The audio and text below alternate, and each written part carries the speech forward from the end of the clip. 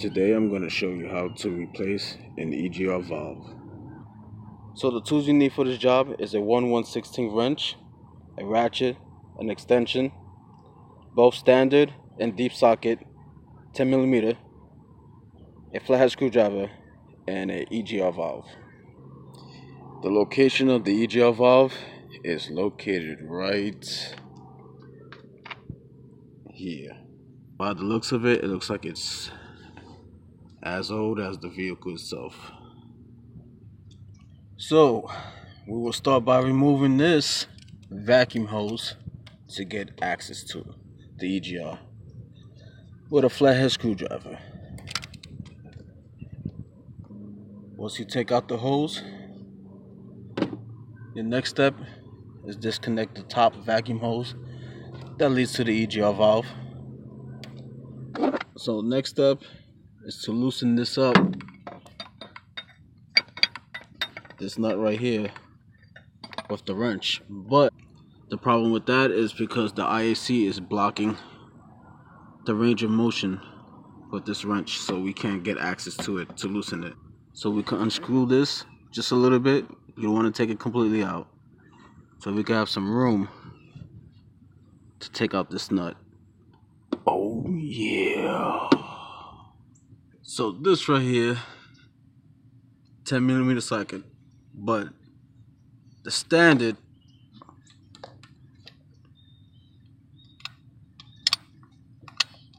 it'll fit, but this, the back end of it, won't attach to it because the screw is so long. So for that, we just need a deep socket, so you have more length. So take this out, this connector right away, because these connectors are fragile, and since you're gonna start loosening this up with the wrench, you don't want to bang into that and crack something, and then it's gonna be a pain in the ass. So now we'll start. Okay. Once you bust this open, the top and bottom, start loosening it by hand.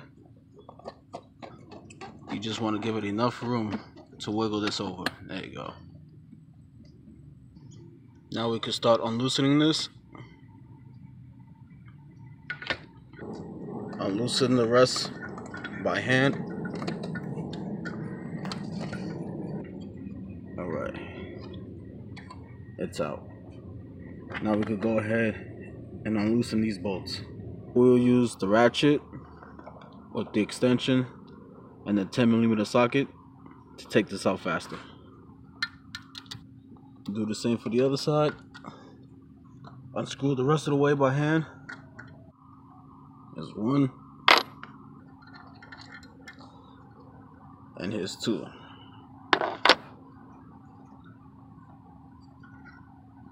And voila. Now we'll compare the two parts. Left, crispy new. The right, I never let you go, Jack, Titanic flow. Before installing the new one, make sure you have a gasket available. It should come with it. This gasket right here, surprisingly, is not damaged. It's stuck on the upper intake manifold, but it's not damaged at all. There's no cracks on it. There's no pieces that's gone. So it's still good. Now for you, if you take it out, you probably have some pieces on this side or some deep cracks. You have to replace it right away. Use a scraper to scrape off the rest and replace it with a new gasket. Now place the nut back into the hose, but don't screw them all the way in. You want to have some wiggle room play. The reason why, so you could attach this first back into this EGR valve. Once you get that in there, hand tighten, then you could go on and tighten these. Alright, it's hand tighten. Tighten these by hand. Hand tighten the second one. Use the ratchet. Finish off tightening it. Not too tight, you don't want to overstrip the bolt. Just nice and snug. Do the same thing for the second one.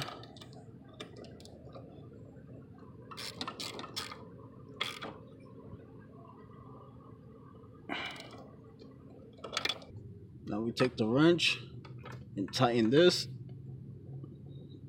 Once you hand tighten these, tighten the bottom, then tighten the top. Next, connect the connector to the idle air control valve and the vacuum hose to the top of the EGR valve. Then at last, connect the vacuum hose back up. Use the flathead screwdriver to tighten the hose back up. And there you have it. We have just installed a brand new EGR valve. Job well done. Well, we don't need this shit anymore. So if you like today's video, give me a thumbs up and subscribe. If not, just give me a middle finger.